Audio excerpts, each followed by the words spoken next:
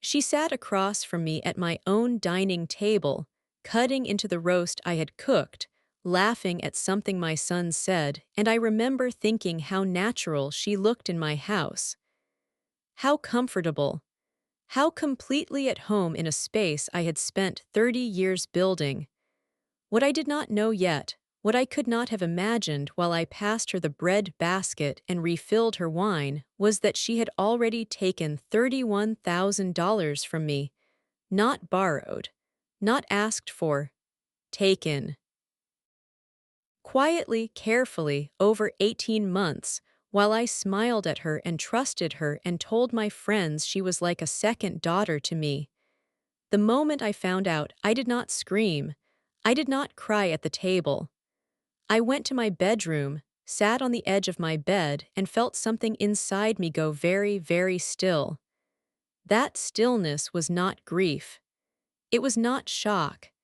It was the feeling of a woman who had been kind for too long, finally deciding she was done. Before this story goes any further, I want to ask you something real. Think about the person in your life you have trusted the most completely, the one you opened your home to, the one you defended when others had doubts, the one you would have given anything to. Now imagine finding out that person had been quietly emptying you out the whole time. Not just your money, your trust, your dignity, your time.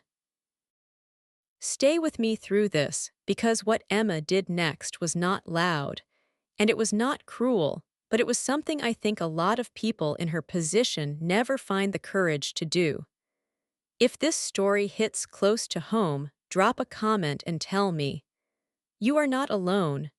My name is Emma, and I need to tell you about the 18 months that changed everything I thought I knew about family loyalty and what it really means when someone calls you mom. I was 61 years old when my son Daniel got married. I had raised him alone for most of his life. His father left when Daniel was 9, and from that point forward, it was just the two of us.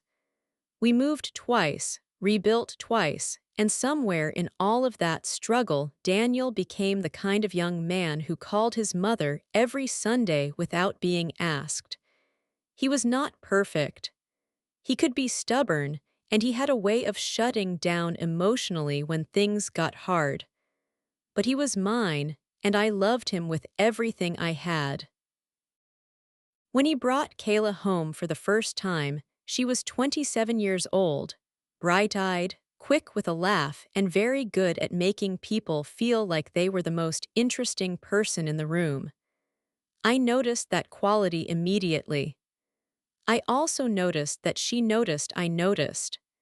There was a moment in my kitchen that first evening, just the two of us while Daniel was in the bathroom, where Kayla looked at me directly and said, "I really hope you and I can be close."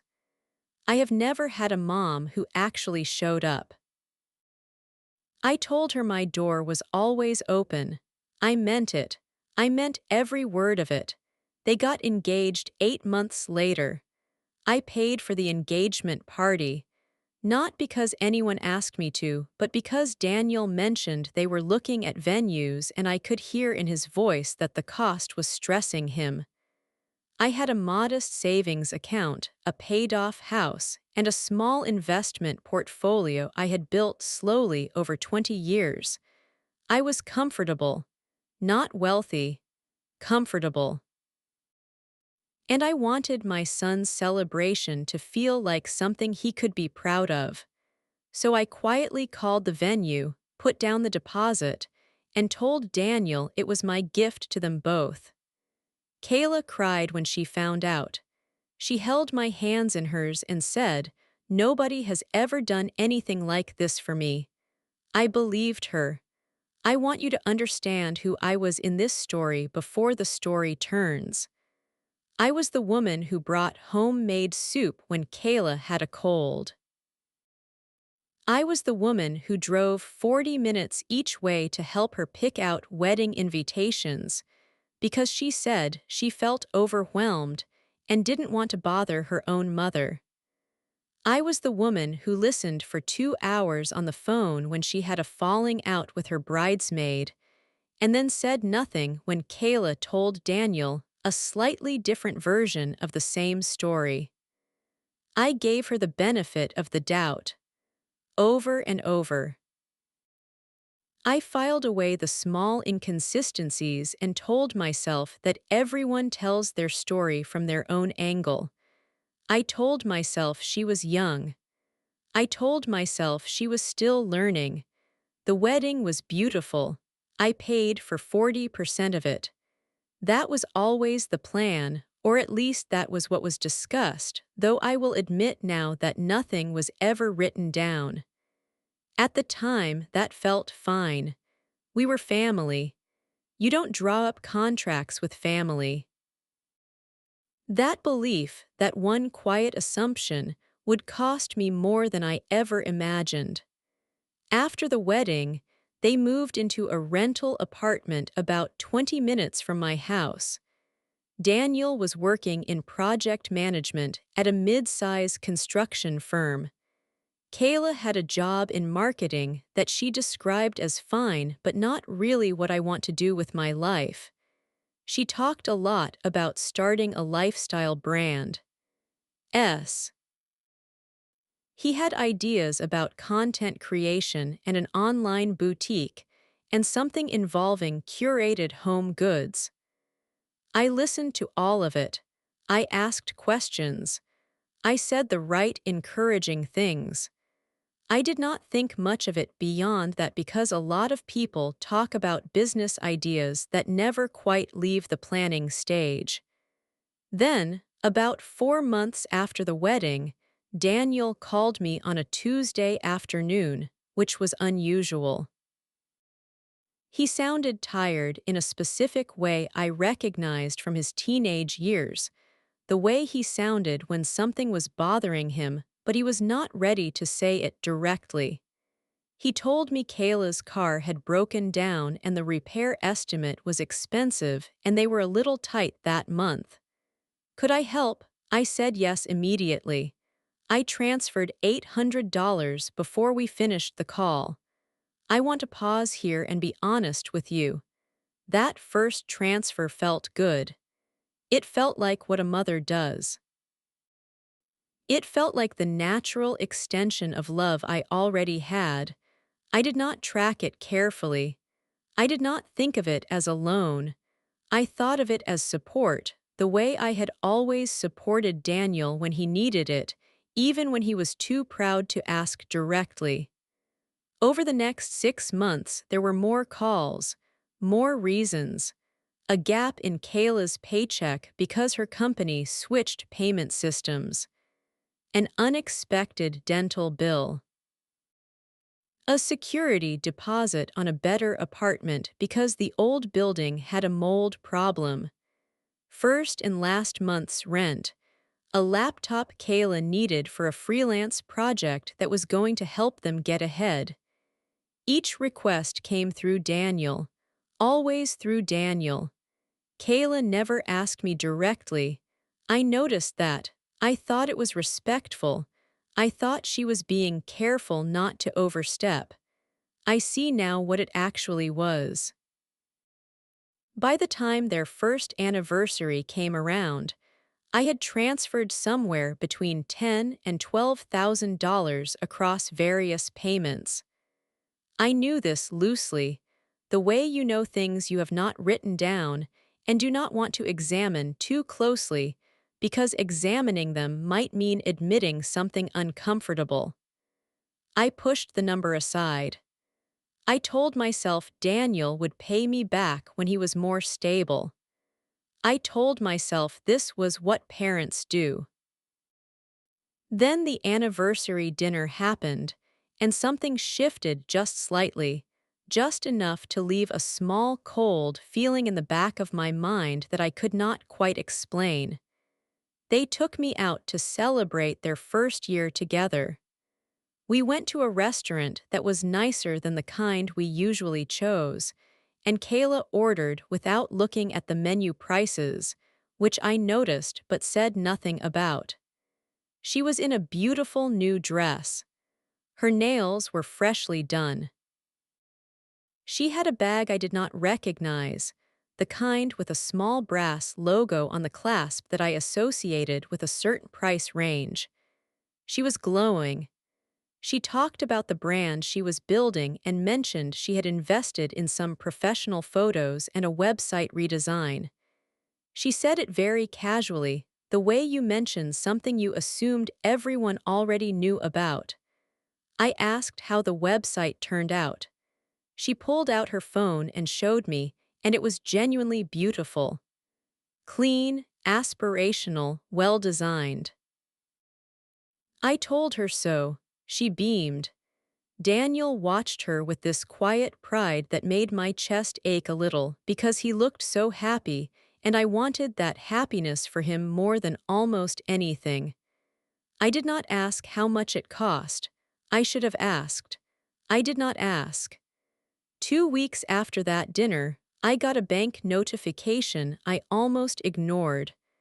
I had set up low balance alerts on a joint savings account I had opened years ago.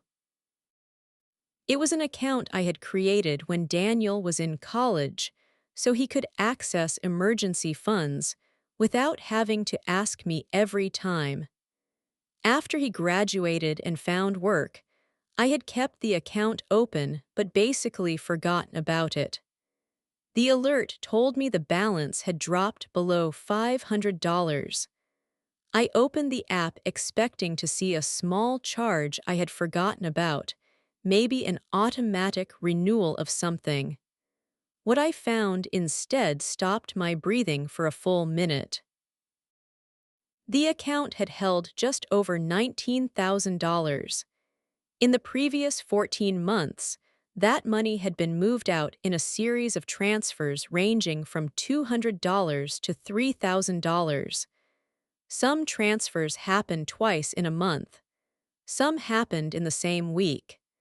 The account I had mentally filed away as untouched had been accessed regularly, methodically, for over a year. The authorized user on that account was Daniel. But Daniel had not been living alone for the past 14 months.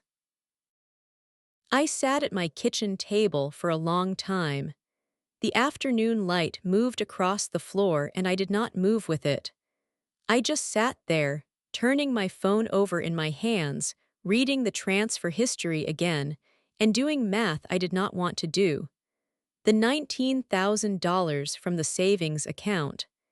The $8,000 to $12,000 I had transferred directly from my personal account across various requests.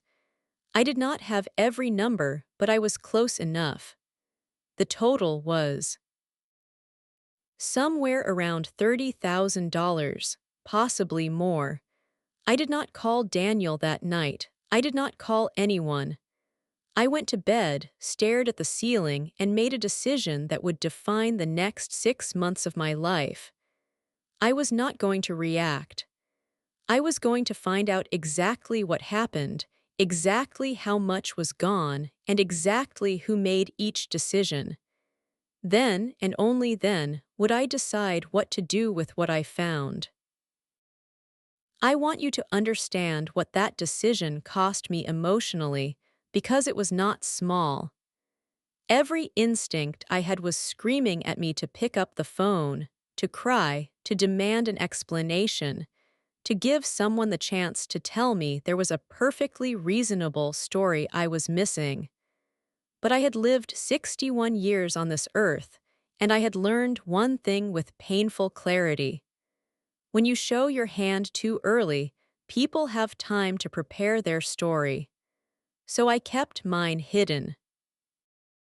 The next morning I called my bank and asked for a full transaction history on both the joint account and my personal account going back 2 years. I asked for it in paper form, sent to my address. Then I went to the filing cabinet in my office, the one I had always kept locked, and I pulled out every bank statement, every receipt, every deposit record I had kept from the last 3 years. I am a woman who saves paper statements. Not because I am anxious by nature, but because my father told me once that paper is the only thing that cannot be changed after the fact. I had never been more grateful for that habit. It took me 4 days to go through everything. I made a spreadsheet. I am not someone who uses spreadsheets for much, but I made one then, and I was careful, and when I was done, I had a number. $31,400. That was the total. Some of it went through the joint account. Some of it went through direct transfers I had made willingly in response to requests.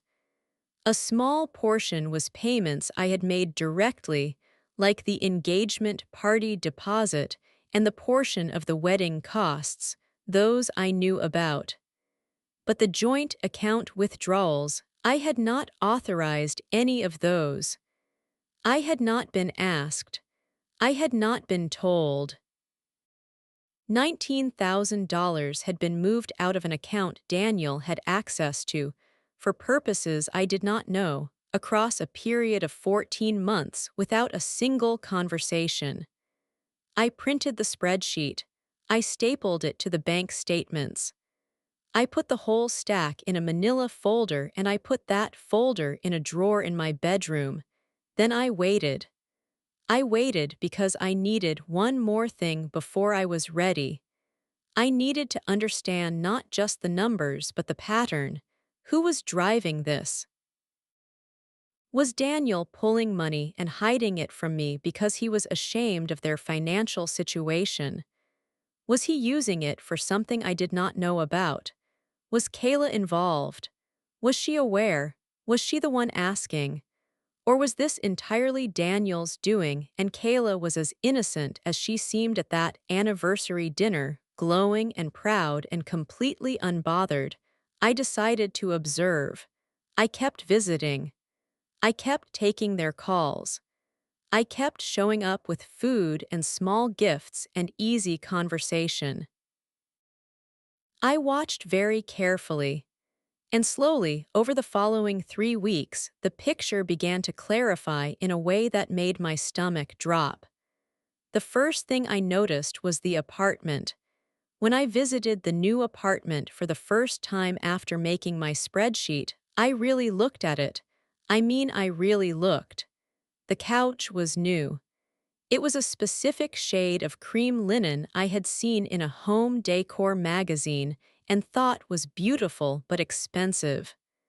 The coffee table was marble-topped. The kitchen had a new espresso machine that I recognized as a brand that started at around $700. The bathroom had a diffuser and a row of products I associated with a specific upscale skincare brand. None of this was what you would expect from two people who had needed emergency help with a dental bill 4 months earlier. I said nothing. I complimented the apartment. I sat on the cream linen couch, and I drank the coffee the expensive machine made, and I smiled, and I listened to Kayla talk about how she was really starting to find her aesthetic vision for the brand and things were starting to come together. The second thing I noticed came 3 days later when I was on the phone with Daniel. He mentioned casually that Kayla had just gotten back from a girls' trip to Scottsdale. 4 days, with 3 of her friends. I asked how it was. He said amazing, she needed it. I asked nothing more, but after the call I sat with that information and let it settle. A girls' trip to Scottsdale, 4 days, for a woman whose husband had been drawing down his mother's savings account to cover their monthly shortfalls. I was not angry in the explosive way people imagine. I was the kind of angry that is cold and clear and very useful, the kind that does not blur your thinking but instead sharpens it. The third thing I noticed was a receipt, not one I found. Why snooping? One that fell out of Kayla's bag when she set it down on my kitchen counter during a Sunday visit. She did not notice it fall. I picked it up and placed it on the counter beside her bag without saying a word. But I had already read it. It was from a furniture store. The total was $2,300. The date was 2 weeks after the largest single withdrawal from the joint account. I took a photo of that receipt before I set it down. I do not know exactly why. Call it instinct. Call it 61 years of a woman learning to trust the small, quiet voice inside her that says, "Pay attention." I added that photo to a folder on my phone I labeled Home Repairs, because I could not think of a better name for it in that moment, and because I was already thinking about the kind of documentation that might one day need to be organized. Now let me tell you about Kayla's mother, because she matters to this story more than I expected. Her name was Rosalie, and from everything I had seen, she and Kayla had a complicated relationship. Kayla described her as critical and unavailable when she was growing up. She talked about Rosalie the way people talk about a wound that never fully closed. I had felt enormous compassion for that story. I had even shaped my own behavior around it, made sure I was warmer, more available, more expressive with Kayla than perhaps I would have been otherwise, because I was aware she had not had that. But at Daniel and Kayla's first anniversary dinner, I had met Rosalie briefly for the first time. She was polished, watchful, and said very little. The one moment that stuck with me came when I went to the bathroom and passed the hallway where Rosalie was standing alone.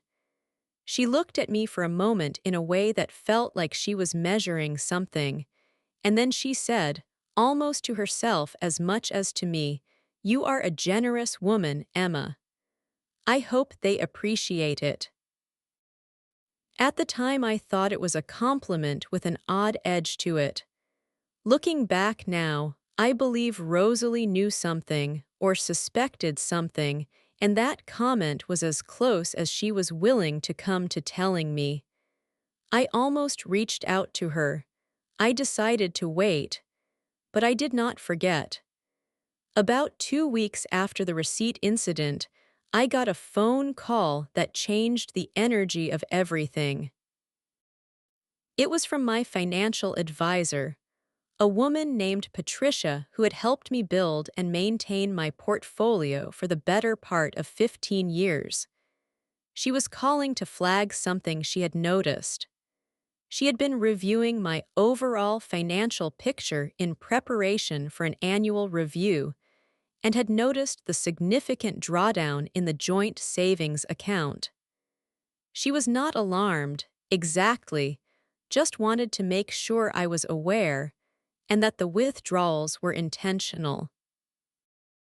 I told Patricia I was in the middle of reviewing exactly that, and I asked her 2 questions. I asked whether Daniel, as an authorized user, had the ability to transfer money out of the joint account without any notification to me.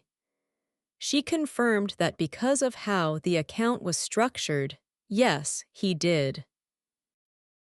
And then I asked her, quietly and carefully, whether in her professional experience she had seen situations where family account access had been used to drain savings without the primary account holder's awareness. There was a pause. Then Patricia said, "More often than you would think, Emma." We stayed on the phone for 40 minutes. By the end of that call, I had made an appointment with an estate and financial attorney named Gerald, who Patricia recommended for the following Thursday. I also had a clear picture of every protective step I needed to take before I said a single word to Daniel or Kayla. The appointment with Gerald was the first time I felt anything close to relief in over a month.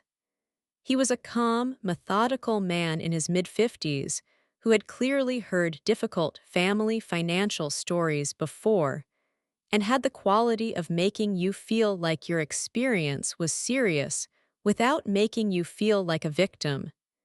He reviewed the documents I brought. He reviewed the spreadsheet. He asked careful questions. And then he told me several things I needed to hear.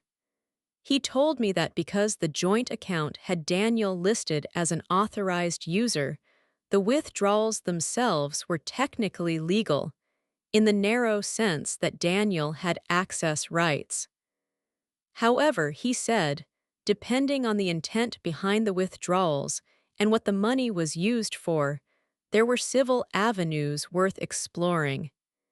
He told me the more pressing and immediately actionable thing was to protect what remained.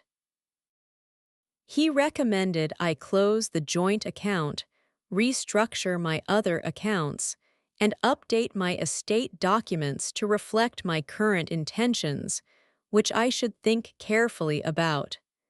He also said something I have not forgotten. He said, the people who take advantage of family relationships financially almost never do it once. They do it because it worked the first time. And they keep doing it because they never faced a RIA.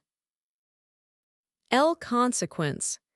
I drove home from that meeting feeling something I can only describe as the beginning of clarity. Not happiness.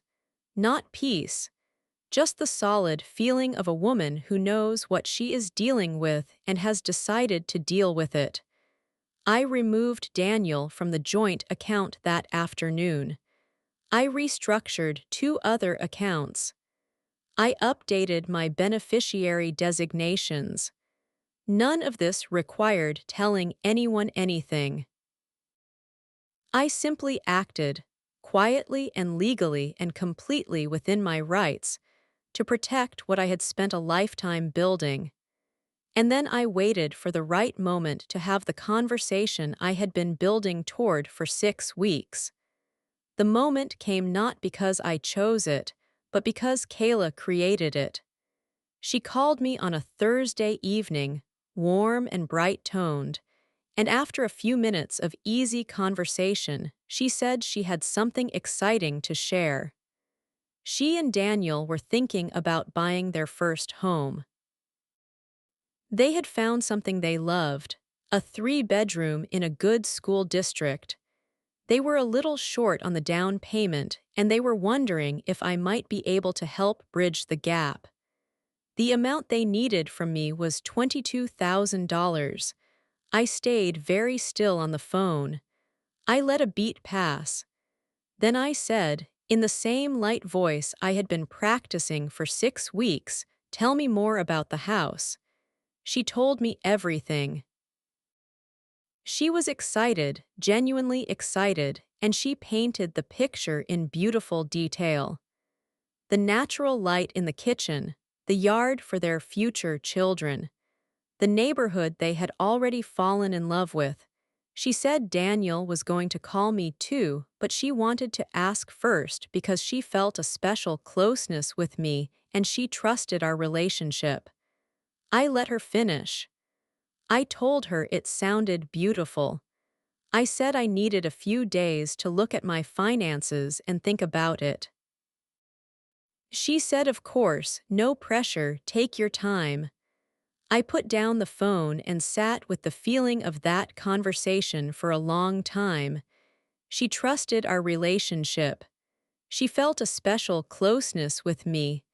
$22,000 from a woman who had already taken $31,000. The audacity of it was almost breathtaking. Not cruel exactly. Just so breathtaking in its completeness that I almost admired the architecture of it, the way you might briefly admire the engineering of something that is actively destroying you. But here is what I had that I did not have 6 weeks ago. I had documents. I had a lawyer, I had a plan, and I had something even more valuable than all of those things. I had already accepted what this situation actually was. I called Daniel the next day. Not Kayla, Daniel. And I said I would like to have a family dinner at my house that Sunday. I said I had something important I wanted to talk about with both of them about the future. He sounded pleased. He said Kayla would be excited. He said they had been hoping to sit down and talk more about the house. I said, wonderful. Sunday at 6. I will cook. And I did cook. I made roast chicken with roasted vegetables and a salad and a dessert I had been making since Daniel was a boy. I set the table with the good dishes. I lit the candles.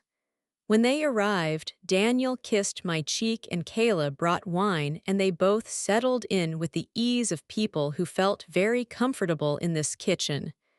We talked through dinner. We talked about the house a little. We talked about Daniel's work. We talked about Kayla's brand. And when the table was cleared and the coffee was poured, I got up from my seat and went to my bedroom and came back with the manila folder. I set it on the table between us and I sat down. I did not raise my voice. I did not cry. I said, I have spent the past 6 weeks going through my financial records, and I need to talk to both of you about what I found. What followed in the next 10 seconds was something I will never forget. Daniel went very still. Kayla, who had been about to lift her coffee cup, set it down with a small, careful motion and looked at the folder. The candles were still burning. The kitchen smelled like the dessert I had made, and the mood in that room changed so completely and so instantly that it was almost like watching a set change in a play. 1 second, warm family dinner. Next second, something else entirely. I opened the folder. I placed the spreadsheet on the table first. I said, this is every withdrawal from the joint account over the past 14 months. I did not authorize any of these. I also placed the transfer history from my personal account, with each request transfer highlighted. I said these I did authorize because I was asked and because I trusted that the reasons I was given were honest. Daniel's face had gone a color I had never seen on him before, a kind of grayish-white. He opened his mouth once and closed it. Kayla said, Emma, I can explain. I said, I am not finished. I placed the photo of the furniture receipt on the table.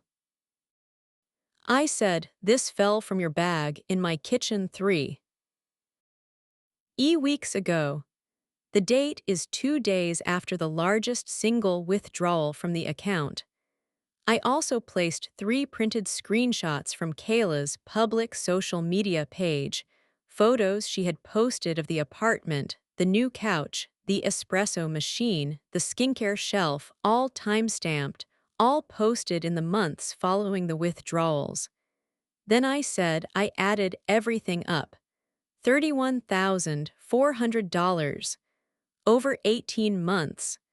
Some of it was requested, and I gave it because I was told it was needed.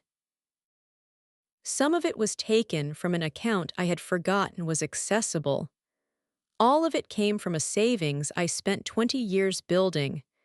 There was a silence that lasted a very long time. Then Daniel said, Mom, I'm sorry.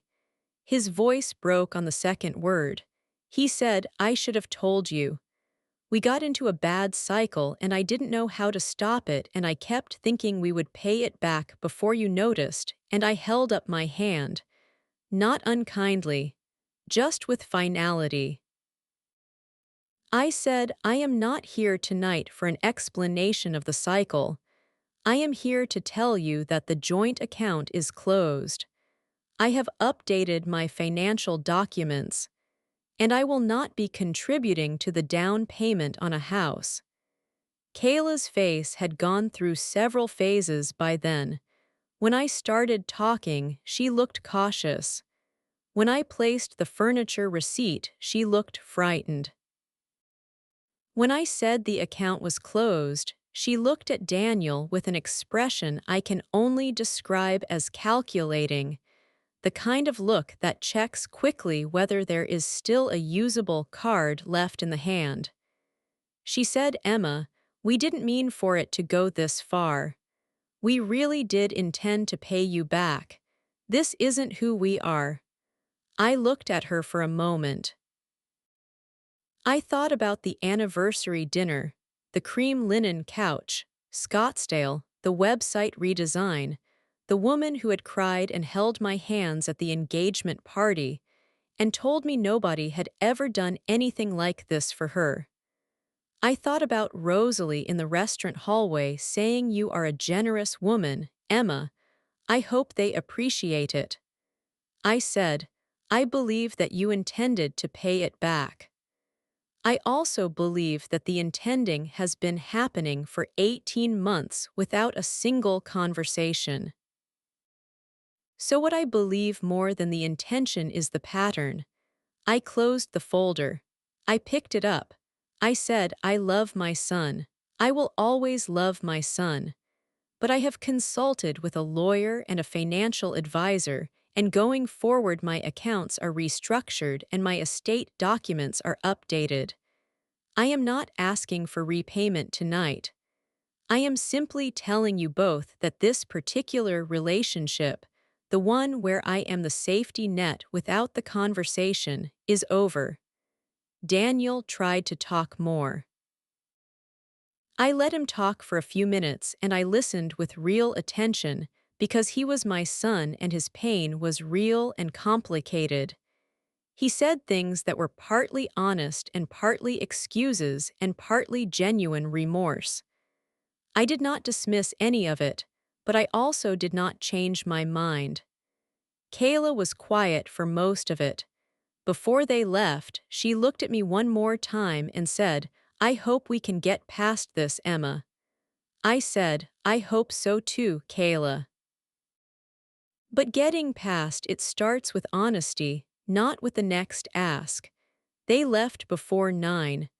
I sat at the table for a long time after in the quiet of the kitchen that still smelled like dinner. I did not feel triumphant. I want to be honest about that. I felt a kind of hollowed-out sadness that is the specific property of a love that has been disappointed but not killed. I was sad for Daniel. I was sad for the version of Kayla I had believed in and invested in. I was even a little sad for myself, for all the hours of warmth and effort and money I had given in directions that were not what I thought they were. But underneath all of that sadness, there was something else, something small and solid and real. The feeling of a woman who had said what needed to be said, who had not begged, who had not performed her pain for anyone's sympathy, who had done her homework and arrived at the table prepared, and who had finally stopped carrying a weight she had not agreed to carry. In the weeks that followed, the fallout was not dramatic in the way people might imagine. There was no explosion.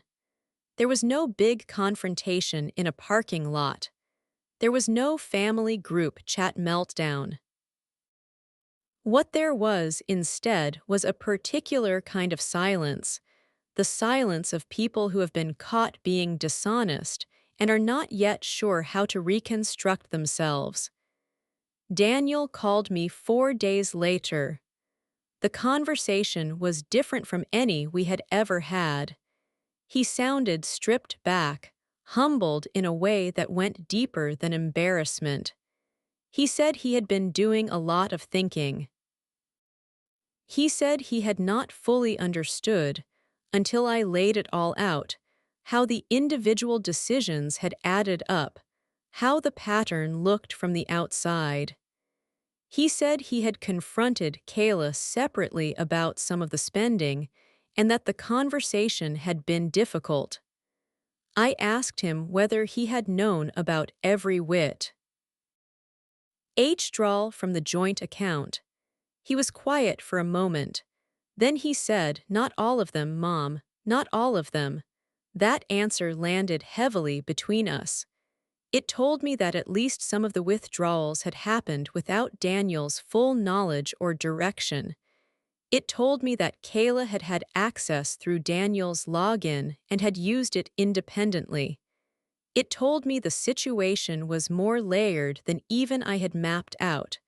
I did not press further that day. I told Daniel I loved him. I told him I was not going anywhere. But I also told him that trust is rebuilt slowly, through consistent behavior over time, not through a single good conversation, and that I needed time to see which version of him was going to show up going forward. He said, "I understand, Mom." I said, "I hope so." About 10 days after the dinner, Kayla sent me a long text message. It was the kind of message that takes real time to write, carefully organized, hitting all the emotional notes you might expect. She was sorry, she had been struggling. She had a complicated relationship with money because of how she grew up. She had never meant to hurt me. She loved me. She loved Daniel. She wanted to make it right. She asked if we could meet for coffee, just the two of them, so she could say some of this to my face. I read the message 3 times. And I noticed something about it that I think is worth sharing, because it taught me something about how these situations tend to work. The message was very well written. It hit the right emotional chords. It used the right language of accountability, the words sorry and hurt and repair. But it contained no specific acknowledgement of the joint account. It mentioned struggling and complexity and growth, but never said, "I withdrew money from your account without telling you." It never said, "I spent that money on furniture and trips while asking your son to request more from you." It was a performance of accountability without the actual substance of it. I did not respond for 3 days. When I did, I kept it short. I said, "Kayla, I appreciate you writing this. I do believe some of what you feel in it is real. But what I need, before a coffee meeting or any further conversation, is a direct and specific acknowledgement of what happened. Not in general terms. Specific. When you can do that, I will be glad to meet." She never sent that message. Let me tell you about what happened with the house. They did not buy it. Whether that was because they could not secure the down payment without my help, or because the process of everything falling apart disrupted their momentum, I do not know exactly. What I know is that about 3 weeks after the dinner, Daniel mentioned in passing that the house deal had fallen through. He said it in the tone of someone reporting a closed chapter, not asking for anything. I said I was sorry to hear it, and I meant it in the way you mean it when you are sorry someone is disappointed, even when you know the disappointment was necessary.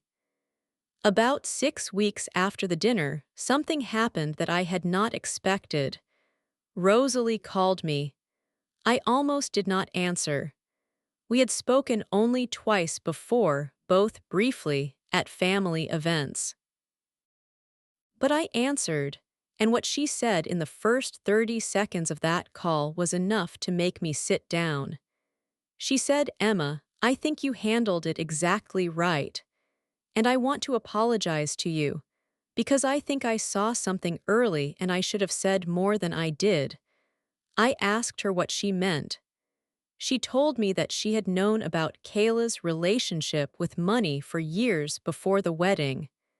That Kayla had borrowed significant amounts from her as well, over the years, and never repaid them. That Rosalie had tried, before the wedding, to have a conversation with Daniel about this pattern, and Daniel had heard it as his future mother-in-law attacking his fiancée and shut the conversation down. She had not pushed further because she did not want to damage the relationship before it started. I sat with all of that for a long moment. I asked Rosalie why she was telling me now. She said, "Because I think you need to know that this is not about you being too generous. It is about a pattern that existed long before you, and I think Daniel needs to understand that too." That conversation changed something for me, not in a way that made me angrier or more resolved toward Kayla, but in a way that gave me the full picture I had been trying to understand. The pattern had a history. I was not the first. I was simply the most recent, and in financial terms, the most significant. And Daniel had been warned gently by someone who loved Kayla enough to try to protect her future, and he had not been able to hear it. I did not share the content of Rosalie's call with Daniel immediately. I sat with it for a week. Then, on a Sunday when Daniel came for lunch alone, I told him that Rosalie and I had spoken, and I told him the general substance of what she had shared. I did not dramatize it. I laid it plainly, and then I was quiet and let him sit with it. He was quiet for a very long time. Then he said, "I think I've known something was off for a while. I just didn't want it to be true." I said, "I know that feeling." We ate lunch mostly in silence, but it was not the silence of distance. It was the silence of two people who were beginning to look at something honestly for the first time. In the months that followed, Daniel and Kayla went to couples counseling. I know this because Daniel told me, not with any fanfare, just as a matter of fact. He said they were working on things and he was taking it seriously. I told him I was glad. I told him that whatever happened between them, I hoped he was also taking care of himself as an individual and not just as half of a couple. He said he was trying to. Kayla and I did not have the coffee meeting. We have spoken a few times briefly at family events. She is polite. I am polite.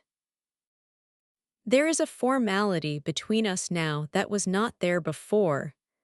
I do not think that formality will ever fully dissolve, because it is built on something real. It is not hostility. It is the natural distance that exists between two people when one of them knows the other has not yet found the honesty that true repair requires. But here is what I want to tell you about my own life, because this story is ultimately about what I chose to do with the clarity I found. After the dinner, after the spreadsheet, after the lawyer and the restructured accounts and the quiet fallout, I did something I had been putting off for 2 years. I used a portion of my savings to take a trip I had been dreaming about since I was 30 years old. 2 weeks in Portugal, alone. I had been afraid to travel alone. I had been afraid of the expense. I had been afraid of too many things for too many years, and I had quietly redirected those resources, that money, that energy, that time, toward people and situations that absorbed everything and gave back very little. I walked along the coast in Lisbon, and I ate the food, and I talked to strangers, and I bought myself small, beautiful things without calculating whether they were practical. I sat in cafes for long stretches and did nothing but think and breathe. And one afternoon, sitting at a small table overlooking the water with a glass of wine and the warm late light coming across the city, I felt something I want to try to describe accurately. It was not just happiness. It was the specific feeling of a woman who has stopped giving herself away in small pieces and has collected herself back. The feeling of taking up your own space again. The feeling of having named what was true and having survived the naming of it. The feeling that you are not small. That you are not foolish for having been generous. That the softness in you was never the problem. The problem was simply that it was aimed at people who mistook it for endless availability. I came home from Portugal with a kind of quiet that I have tried to keep. Not a sad quiet, not a closed quiet, just the quiet of a woman who knows what she has and is not in a hurry to give it away without looking first. Daniel and I are rebuilding.